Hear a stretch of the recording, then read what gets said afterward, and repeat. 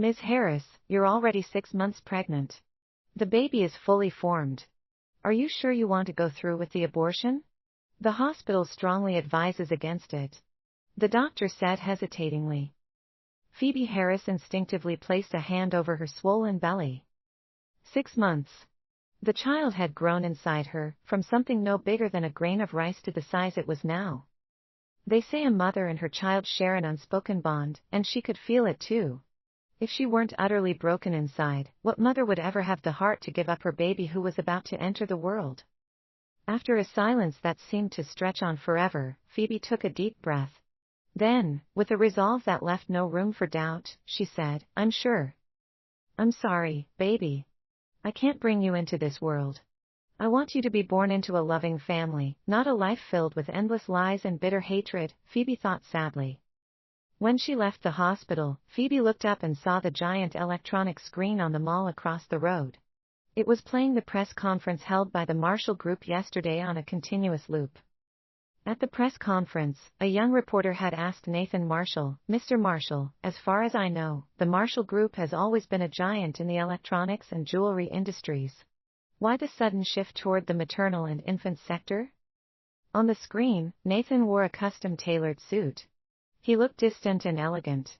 A faint smile curved his lips as he answered slowly, because my wife is pregnant.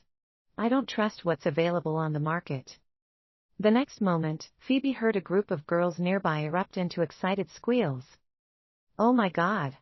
This is what real love looks like. Nathan is too good to his wife.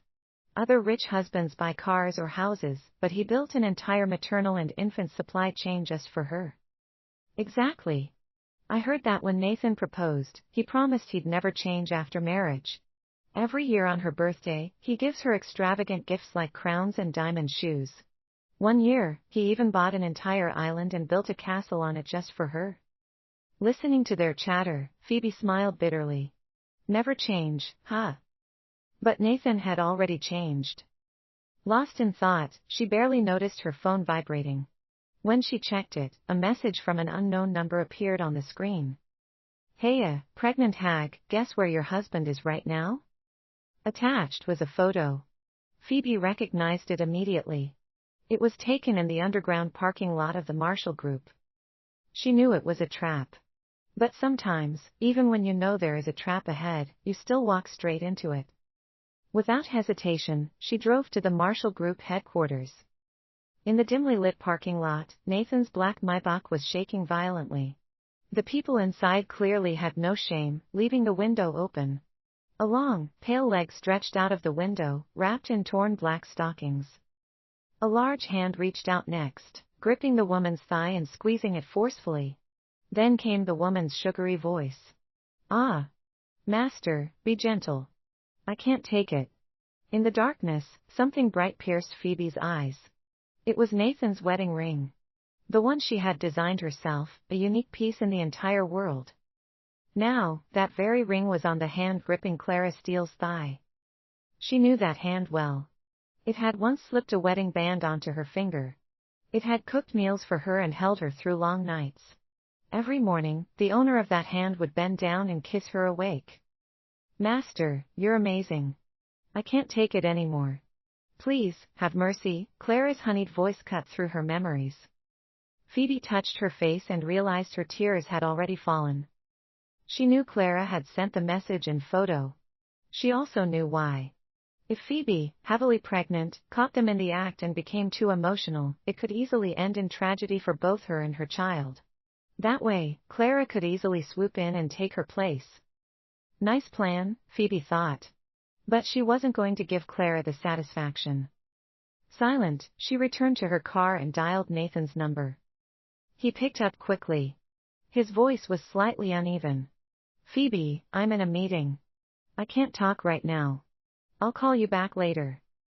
Before he could finish, Phoebe cut him off coldly. Be home in 10 minutes, or you'll never see me again. Phoebe, stop messing around.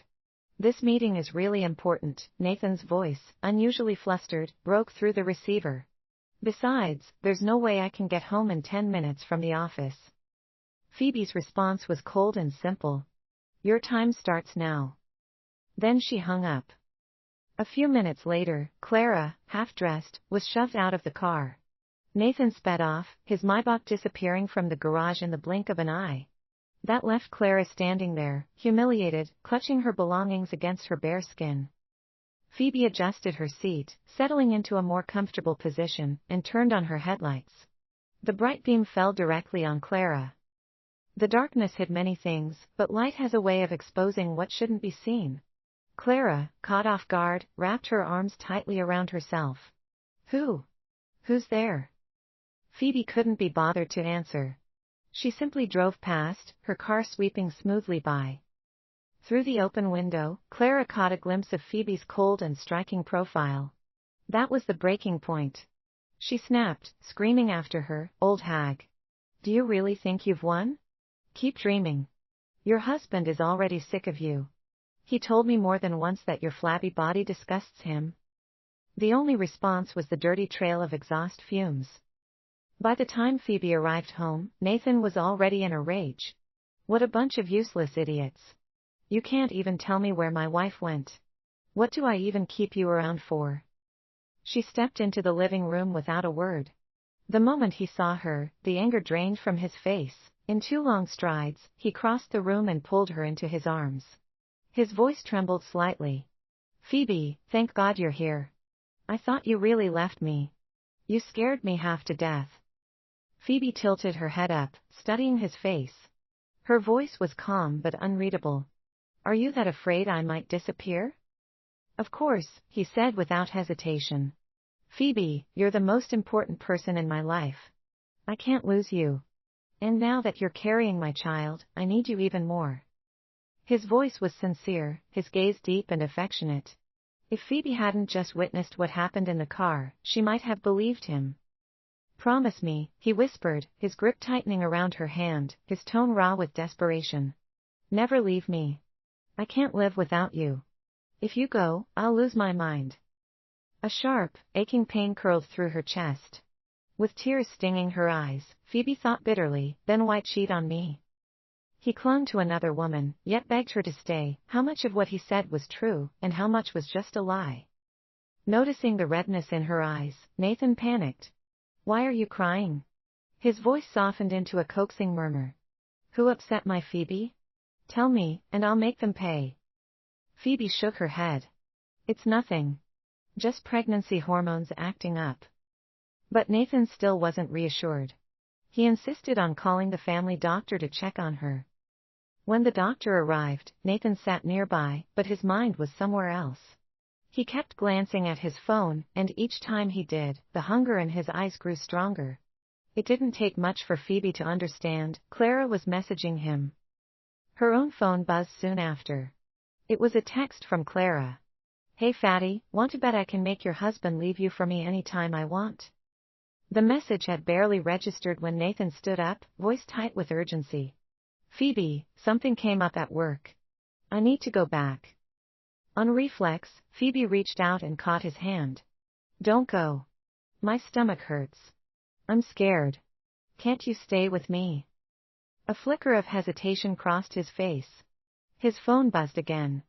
Whatever he read there sealed his decision. Gently, he pulled his hand away, smiling as he tried to soothe her. "Dr. Shannon is here. If anything happens, you're in good hands. Besides, I'm not a doctor. I'm not much help. Be good and listen to him. I'll be back soon." Without waiting for her response, he turned and left in a rush. At that moment, something inside Phoebe broke beyond repair. She swallowed the tears burning her throat, picked up her phone, and sent a message to her brother in the military. "Ian, I want to disappear." Phoebe couldn't understand it. How had their relationship come to this? From the moment she and Nathan met, fell in love, and eventually married, they had always been the couple everyone envied. When he proposed, holding her hand tightly, he had promised her with such solemn sincerity. "They say men change after marriage, but don't worry, Phoebe, even after we get married, I won't change. I'll spoil you, indulge you, and make sure you'll always be the princess in our fairy tale." And after they married, he had kept his word. He treated her with the same devotion as when he had first pursued her. Every day, he sent her flowers and often surprised her with thoughtful gifts. Whatever she wanted appeared on her bedside table the next day without her even needing to ask. It was as if he could read her mind. Even her closest friends, the ones who always viewed things with a skeptical eye, praised him, calling him a one-in-a-million husband. But this one-in-a-million husband had still cheated on her. Was it really, as Clara had claimed, because her body had changed after she became pregnant? Had her weight gain and stretch marks made her less desirable? Phoebe lowered her head, gazing at her swollen belly. Faint stretch marks curled across the taut skin. Ugly. They were ugly. Yet before the pregnancy, she had a slender waist and pale, flawless skin, just like Clara. Her stomach had been flat, without the heavy roundness or the unsightly lines marring her body now. How ironic. She had been willing to sacrifice her figure and endure all the discomfort of pregnancy to give Nathan a child, and in return, he betrayed her. "Madam, this is fresh black-bone chicken soup with fish maw. Your mother-in-law said it's good for the baby. Please drink it while it's hot," the housekeeper said, carrying a tray toward her. Alongside the steaming bowl of soup, there was a plate of shelled walnuts and a heaping dish of grapes. Her mother-in-law had heard that eating grapes during pregnancy would give the baby large, beautiful eyes, while walnuts were said to boost brain development. Determined to have a smart and adorable grandchild, she had instructed the housekeeper to ensure Phoebe ate them every day. If she didn't, the phone calls would come immediately. "If you didn't know better, you'd think I was forcing poison down your throat," her mother-in-law had once said, her voice half joking but sharp beneath the surface. "I'm doing this for my grandson. You're not a young girl anymore, you're a mother-to-be. You can't be selfish. It's not just about your preferences now. You need to think about the baby. I'm doing this for your own good. Don't act like I'm trying to hurt you." Those words echoed relentlessly in Phoebe's mind. Before, no matter how much she disliked the food, she would have forced herself to eat it just to avoid conflict. But now. "Take it away," she said, turning her face to the side. "I'm not hungry." "Even if you're not hungry, you should still eat. Your mother-in-law had this flown in from overseas. It's organic and supposed to be good for the baby," the housekeeper insisted, pushing the tray closer to her. Just then, Phoebe's phone vibrated again. Another message from Clara. She had sent an address, followed by a taunting question. "Hey fatty, dare to come?" Phoebe tightened her grip on the phone. There was nothing holding her in this house anymore. She might as well go and see for herself. She drove in silence, following the address Clara had sent. It led her to an auction house. Frowning, she wondered why Nathan would choose a public place like this to meet his mistress. But before she could think further, she spotted Clara stepping into the front row, arm in arm with an elegant woman draped in expensive jewelry.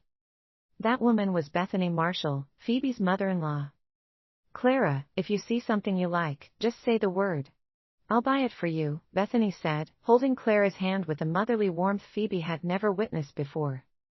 "Mom, why are you so kind to Clara but always cold and sharp with Phoebe?" Nathan asked with a sigh.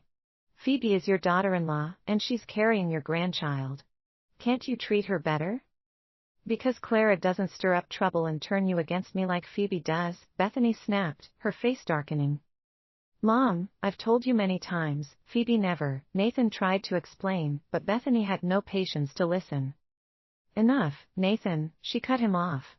"We came here to shop and enjoy ourselves. Can't you stop mentioning Phoebe? It's killing the mood." All right. I won't bring her up," Nathan said, raising his hands in mock surrender. With a light smile, he added, "Today, I'm just here to serve Her Majesty and Her Royal Highness.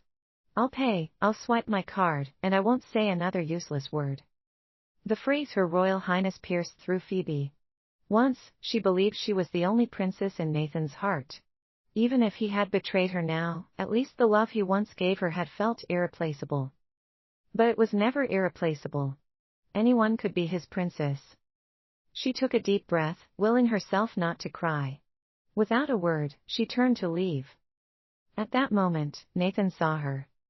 "Phoebe. What are you doing here?" His face turned pale, and his eyes darted toward Clara, betraying his discomfort. When did you get here?" Phoebe met his gaze calmly. "Shouldn't I be asking you that? Didn't you say you had urgent work at the office?" Nathan came to meet a client here. What's the problem? Bethany interjected, her tone sharp and impatient. You're pregnant. Stop being so suspicious and focus on taking care of the baby. Mom, stop blaming Phoebe, Nathan said, trying to soothe her. If she doesn't feel secure, it's because I haven't done my job as a husband. If I'd given her enough reassurance, she wouldn't need to be suspicious. As he spoke, he gently cradled Phoebe's hand and placed it over his heart. Phoebe, I really did come here for business. The client is upstairs. If you don't believe me, I'll take you to meet him. His eyes held hers, deep and unwavering. When we married, I promised to love and cherish you forever. I swore I'd never lie to you, and I meant it. I will never break that promise. Phoebe wondered how he did it, standing there in front of his mother, his wife, and their unborn child, speaking such bold-faced lies without a trace of guilt. Wasn't he afraid of the consequences? Then who is she? Phoebe asked, turning her eyes toward Clara. She's Nathan's cousin, Bethany said smoothly. Her family moved abroad years ago, so you wouldn't know her. With a sudden smile, she added, by the way, Nathan, Clara just returned from abroad and doesn't have a place to stay. Why not let her live at your place for a while? She paused deliberately, then turned to Phoebe with a saccharine smile. Phoebe, you don't mind, do you? Mom, stop joking around. Phoebe needs to focus on her pregnancy, she doesn't have time to take care of a cousin, Nathan said, noticing the change in Phoebe's expression. He was quick to refuse on her behalf. But the next second, Phoebe smiled. I don't mind. Let her move in. And just like that, Clara moved in. That evening, the housekeeper came in again with a tray. The same 3 things as always, soup, walnuts, and grapes. Phoebe had had enough. With a swift motion, she knocked the tray to the floor. How many times do I have to say it before you understand? I don't want to eat these. Nathan rushed over, his face tense as he pulled her into his arms. Phoebe, are you okay? Did the soup burn you? She shook her head, saying nothing. Seeing that she was unharmed, he exhaled in relief. His gaze turned cold as he glared at the housekeeper. If she doesn't want to eat it, don't force her. How useless can you be? You can't even take care of a pregnant woman properly. Phoebe, are you having trouble with your appetite? Why don't I make you some soup? Clara sauntered over, her voice sweet and artificial. Tomato and beef brisket, nourishing and good for the baby. Phoebe didn't bother to glance at her. With her eyes lowered, she said quietly, I'm tired. I'll go rest. You all go ahead and eat. Without waiting for a response, she turned and walked away. She fell into a heavy sleep, but the sharp ring of a phone shattered the silence, dragging her awake. Frowning, she reached for the phone. She was sure she hadn't set an alarm. As confusion set in, a message flashed across the screen. It was from Clara, as sharp and mocking as ever. Hey, fatty, dare to come to Nathan's study? Phoebe stared at the message for a long time before finally pushing herself out of bed and heading to the study. The door was slightly ajar. As she approached, the sound of Clara's soft, teasing laughter drifted out. Master, stop working, pay some attention to me. Cut it out, Nathan's voice was low and harsh. This is my home, not somewhere else. What if Phoebe sees us? She's already asleep. She won't know, Clara said as she caught his hand, guiding it down her body. Master, I miss you so much. I can't wait any longer. His breath grew heavier. With a swift motion, he pushed her onto the desk and reached for her nightgown. But then, he hesitated. Wait, he said, his tone shifting. This nightgown. It looks familiar. Isn't this Phoebe's? Clara smiled seductively, pressing his fingers to her lips. That's right. It's hers. But she can't fit into it anymore. A low chuckle escaped him as his hand tightened around her slender waist. At that moment, Phoebe remembered. Before her pregnancy, Nathan had always loved her slim figure. Whenever things got heated, his hands would cling to her waist as if he couldn't let go. But now, with her body changed, heavy with their child, he was gripping someone else's waist instead. He said he cared about her. Yet here he was, just as easily, wanting another woman. Ah! Master, I love you so much. Do you love me? Clara moaned softly, the words exaggerated and sweet.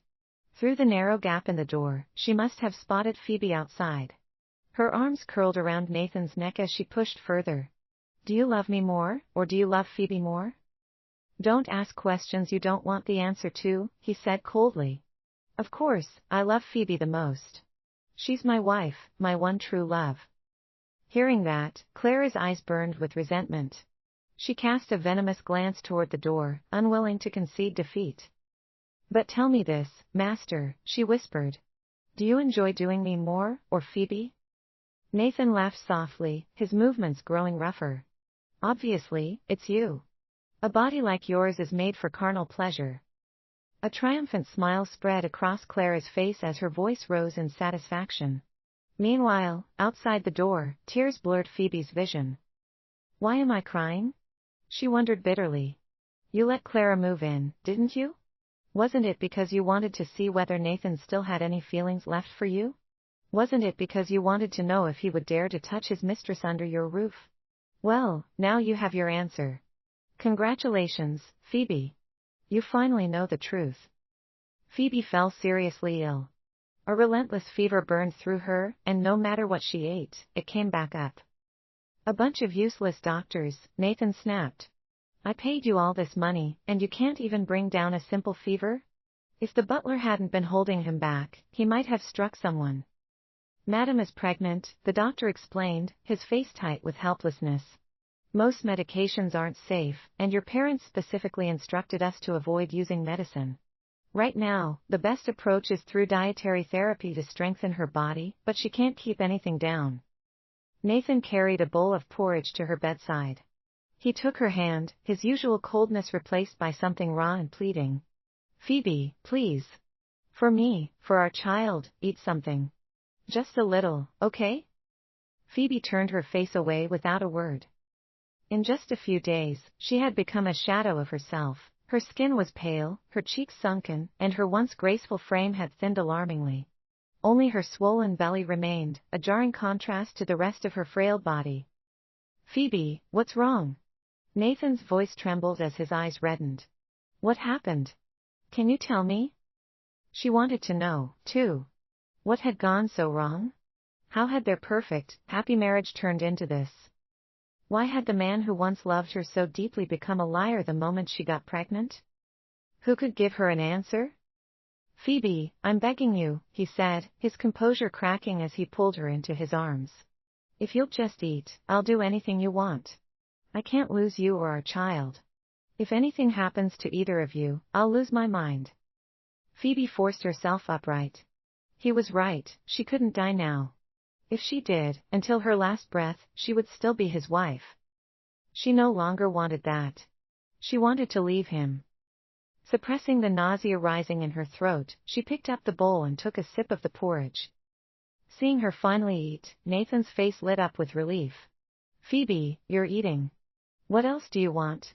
I'll have the kitchen make it for you. No, I'll cook it myself. But before his words had fully settled, Phoebe bent forward and vomited everything back up. Her body was too weak. Even when she forced herself to eat, nothing stayed down. Within a minute, it all came back out. Left with no choice, Nathan took her to the hospital for observation. But even after being admitted, her condition remained dire. The attending physician, brows furrowed with worry, gave him a grim assessment. Mr. Marshall, your wife is not in a condition to continue the pregnancy. If she does, both mother and child will be at serious risk. I recommend delivering early, the doctor continued. Although it's still risky at this stage, the safest window is after 6.5 to 7 months. We can attempt a cesarean section then. Will that endanger Phoebe? Nathan's voice was tight with panic. Our recommendation is based on her current health, the doctor said. Once the baby is delivered, we can focus entirely on treating her without worrying about complications from the pregnancy. Then do it, Nathan said without hesitation. Get that little brat out of her as soon as possible. How dare he make Phoebe suffer like this? I'll make him pay for it when he grows up, I swear I will. A nearby nurse, moved by his words, leaned toward Phoebe and whispered, Your husband loves you so much. Most men, when they come in with their wives for checkups, only care about the baby. And that's if they bother to come at all. Many women have to go through this alone. But look at your husband, she added softly. He cares about you more than anything. He's willing to deliver the baby at 6 months just to spare you any more pain. Phoebe smiled faintly but said nothing. Pregnancy was supposed to be a sacred, joyous experience, the miracle of bringing new life into the world. But why, then, was it filled with so much suffering, for her and for so many others like her? Phoebe had no intention of keeping the baby. Quietly, she reached out to her brother.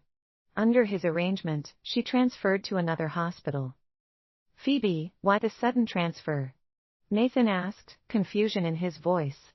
You're scheduled for a C-section soon. Isn't it risky to change hospitals now? My brother arranged it, Phoebe replied coolly. He said the doctors here work directly with the military. They're more reliable. Nathan's doubts eased. If it's your brother's recommendation, it should be fine. Phoebe's brother had always been the authority figure in their family. Nathan trusted his judgment without question. The transfer proceeded smoothly. The new hospital's plan remained the same, an early delivery. The surgery was scheduled for the following day. Nathan cleared his schedule. He moved into the hospital to stay by Phoebe's side. You don't have to do this, Phoebe said flatly. You're busy. It's okay if you're not here for this. The truth was, she didn't want to see him. Nothing is more important than you, Nathan said, his voice soft with affection. You've gone through so much carrying this child. If I leave you now, how could I call myself a man? He smiled faintly. I can't do much to help, but at least I can bring you water tonight. Phoebe said nothing more. That night, she woke up needing to use the bathroom. Struggling to sit up, she turned on the light and glanced at the bed beside hers. It was empty. Nathan was gone. A chill crept through her heart. Without hesitation, she picked up her phone. As she expected, a message from Clara awaited her. Room 606. Following the numbers along the corridor, Phoebe stopped in front of the door. Laughter, soft and teasing, drifted through the crack. Master, your little bunny is sick, Clara's voice was sweet, almost cloying. She needs a big, thick syringe thrust into her body to make her feel better. Are you insane? Nathan's voice, low and tense, cut through the air. Why did you come to the hospital? Phoebe's surgery is tomorrow. She can't handle any stress. As long as she doesn't find out, what's the harm? Clara giggled as she slipped her arms around his neck. Master, your little bunny wore a nurse's outfit just for you. Don't you want to see it? He hesitated. It was slight but enough for Clara to press closer. Her hand slid down, fingers deftly working at his belt. You've been holding back for so long, she whispered. Aren't you suffering? Let me help you. The sound of his zipper filled the room. Then, slowly, she knelt before him. His breathing grew heavier. Whatever resistance he had left crumbled as he placed a hand on the back of her head. The sounds that followed were obscene. Phoebe closed her eyes, a single tear slipping down her cheek. She turned and walked away without a word. On the elevator ride down, her fingers trembled as she dialed her brother's number. Move the surgery up, she said. I can't take this anymore. Get this child out of me, tonight. Disgust twisted in her stomach. The preparations were swift. Within hours, Phoebe was on the operating table, staring at the bulge of her belly. 6.5 months. The baby was almost viable. Could she really kill a child that had already taken shape inside her? For a long moment, she lay silent. In the end, she gave him one last chance. Call Nathan, she told the doctor. Tell him the surgery has been moved up. If he comes right away and stays with me, I'll keep the baby. I'll leave with the child and never look back. Her voice hardened. If he doesn't, I don't want this child. She had done nothing wrong. She refused to bear the weight of killing her own child. If this baby died tonight, the blood would be on Nathan's hands. Mr. Marshall, your wife has suddenly developed a high fever and lost consciousness. We can't wake her up. The doctor, following Phoebe's instructions, called Nathan. His voice was tense over the phone. For her safety, we have no choice but to perform the C-section ahead of schedule. Where are you? You should come immediately. What? The surgery is early? Nathan's breathing sounded unsteady. Okay, wait for me. I'll be there right away. At the same time, Phoebe made a video call to Clara and pressed record. As expected, Clara answered. Master, you wouldn't leave me now, would you? Her voice was soft and sweet, dripping with feigned innocence. We just started the foreplay. We haven't even gotten to the good part yet. I don't have time. Phoebe is about to give birth. I need to be with her. Nathan hurriedly pulled on his clothes. You're not a doctor. What good will you do there? Clara stepped closer, wrapping her arms around his neck. What she needs now is a doctor, not you. But your little bunny. She guided his hand under her skirt. Your little bunny really needs you right now. Feel for yourself. Nathan swallowed hard. Stop it. Phoebe has suffered so much to give me this child. If I'm not by her side when she delivers, what kind of man would I be? But she's already unconscious. Even if you rush there now, she won't know you came. Clara stood on her tiptoes and whispered against his ear, her breath warm. Besides, during a C-section, the doctors won't even let you into the operating room. You'll just be waiting outside. Since you're only going to wait, why not stay here and take care of your sick little bunny instead? She won't find out, she added softly, delivering the final blow. And just like that, Nathan gave in. He flipped Clara beneath him, pressing her into the bed. Fine, he growled. I'll cure your fever properly tonight. At that moment, something inside Phoebe broke beyond repair. She ended the video call, turned to the doctor, and said quietly, do it. The cold metal of the surgical instruments entered her body. Even with the anesthesia, the pain was unbearable. It felt as if her soul was being torn apart. The procedure took over an hour. When it was done, the child was gone. Phoebe lay pale and drenched in cold sweat. The mattress beneath her was soaked through. Miss Harris, the doctor said, your brother has prepared everything for you, a passport, a visa, and a new identity overseas. There's also a medical team on the plane. If you wish to leave, you can go tonight. Once you leave, your identity here will be erased. Phoebe Harris will cease to exist. Phoebe closed her eyes. For the first time in months, she smiled, a small, quiet smile from deep within. I want to leave now, she said. Understood. We'll make the arrangements immediately, the doctor replied. Just before she boarded the plane, the doctor asked, what should we do with the fetus? Give it to Nathan, Phoebe whispered, her voice weak but steady. And when you do, tell him this, I was going to keep the baby. If he had kept his promise and stayed with me during the delivery, our child would have lived. But he didn't. When I needed him most, when his child needed him most, he was with Clara. He killed his own flesh and blood. The medical team lifted her onto the plane. As the cabin door closed, Phoebe pulled out her phone. She sent Nathan the recorded video and every cruel, taunting message Clara had sent her over the past weeks. When the files were sent, she handed her phone to the nurse. Throw it away. The plane began its ascent. That familiar weightless feeling settled over her. Through the small window, Phoebe took one last look at the city below.